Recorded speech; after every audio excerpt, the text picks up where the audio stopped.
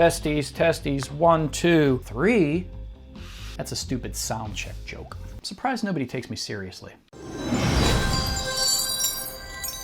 Welcome to Shadow Alley. On this channel, we talk about horror movies and silicone masks and other creepy things. So if you're into that sort of stuff, feel free to subscribe and stick around. Huh? Pretty sweet, right? Okay, you know I love cheesy horror movies, but I definitely do like werewolf movies. I think Dog Soldiers is probably my favorite werewolf movie, but I love all those like cheesy 80s howling movies. I just think that werewolves are awesome creatures for horror movies, and I absolutely love them. But I didn't think that I could pull off a full body werewolf costume very well. I didn't think there's really anything out there. If you Google like werewolf costumes, they all look so cheesy and stupid. So I never really wanted to do a werewolf movie until I thought that I could make the werewolf look realistic. So that's kind of what I'm doing here. I've found a couple of masks that I think are pretty close to awesome and realistic and movie quality. So I actually ordered one online, and it should be here in like 6 or 8 weeks. It's being produced. But then I saw this one on eBay while I was having that one made, and it was cheaper than normal. So I had to jump on it also.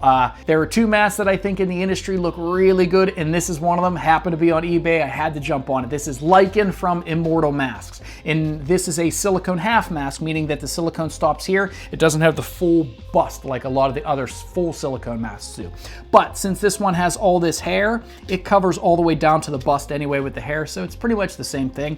I think it's amazing. Normally this is $400 for just the plain no hair silicone half mask, but then with the hair you add an extra $450 onto it. And originally when I saw these online, I assumed that they had hand punched all of this hair, which is probably a really dumb idea. That's way too much hair to be hand punching. And I didn't realize it, but Immortal was way smarter than that. So what they actually do, what it looks like to me, is they have an actual piece of hair on cloth, like a wig would be, that's cut this way and glued on. And then they only have to hand punch just the few hairs in front of that wig to blend the actual hand punched hair into the wig that's just glued on here. So you can see that there's like a really thick wig underneath, but then they hand punch just the seam, and that's really smart. That way, all you have to do is hand punch just around this, and then it all blends in perfectly. So that's really smart. I didn't realize that until I bought one, but that's a really good idea, and it makes it look really amazing, right? I mean, come on. This thing's freaking awesome. Another thing that I wasn't aware of, or wasn't sure of at least, I have some silicone masks where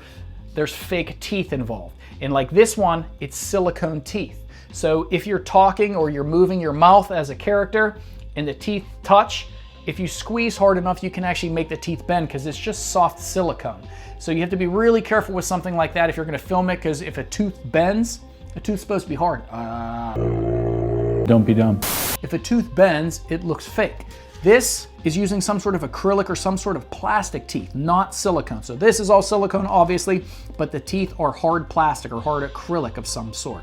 That's cool. I didn't know that that was the case, obviously, until I bought one and got it here. So if you're wondering, looks like most of the hair is glued on, and then this is hand punched right around the edge, and it looks like the teeth are hard and acrylic. So now you know. And knowing is half the battle.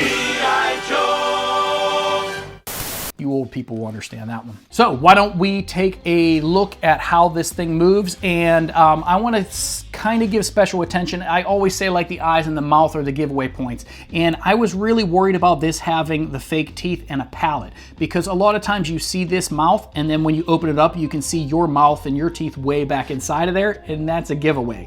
And the palates never look as good as the rest of the mask to me for some reason. But, and I'm sure I didn't invent this, I'm sure this is a normal thing, I just didn't realize it until I was playing around with this in front of the mirror, amongst other things.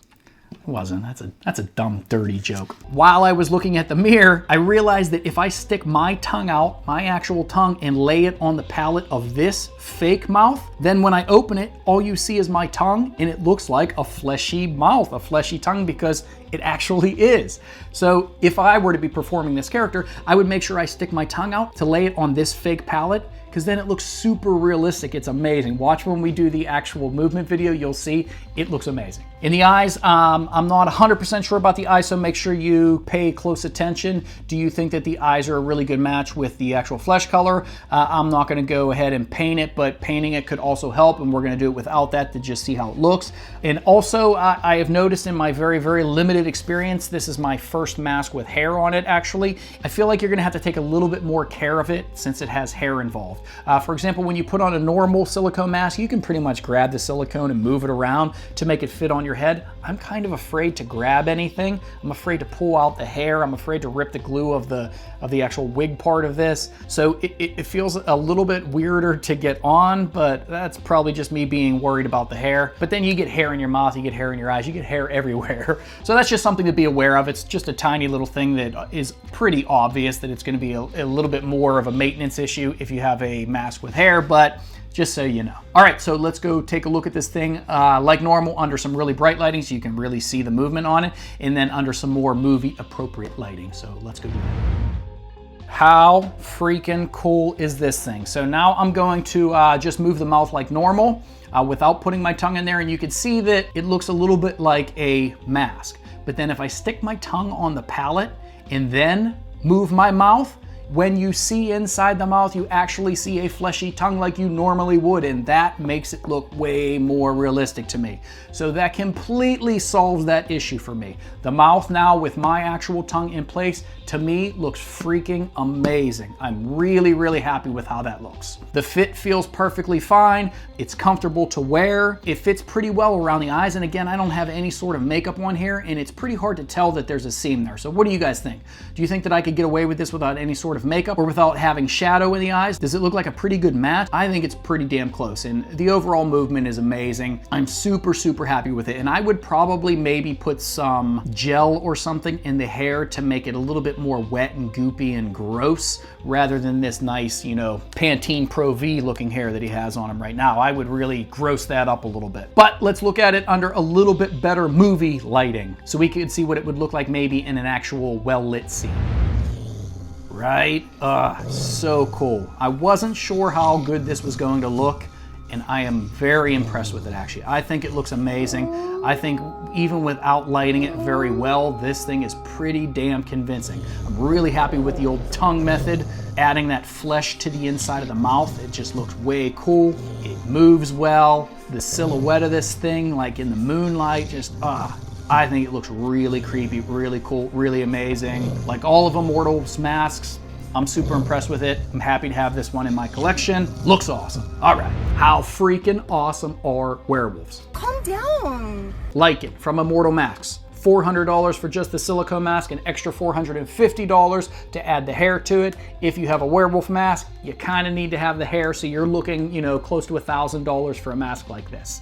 But again, this is as close as I think I can get to an actual movie quality werewolf mask or a movie quality werewolf character in general. So we're not done with this. We are also going to try to do the rest of the character. I have, like I said, a couple of these masks coming, being made right now, and I am also working on some companies that are going to be doing full body suits.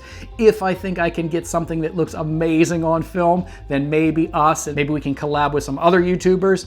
Maybe we can actually make some werewolf movies or some werewolf content at least. So that will be cool, so make sure you stick around to watch that. And if you like this sort of content in general, please make sure you subscribe and do all those things you're supposed to do to help a channel grow, like and comment and share it with your friends, whatever you're supposed to do to help a channel grow. And I will see you in the next one. I'm glad that's over.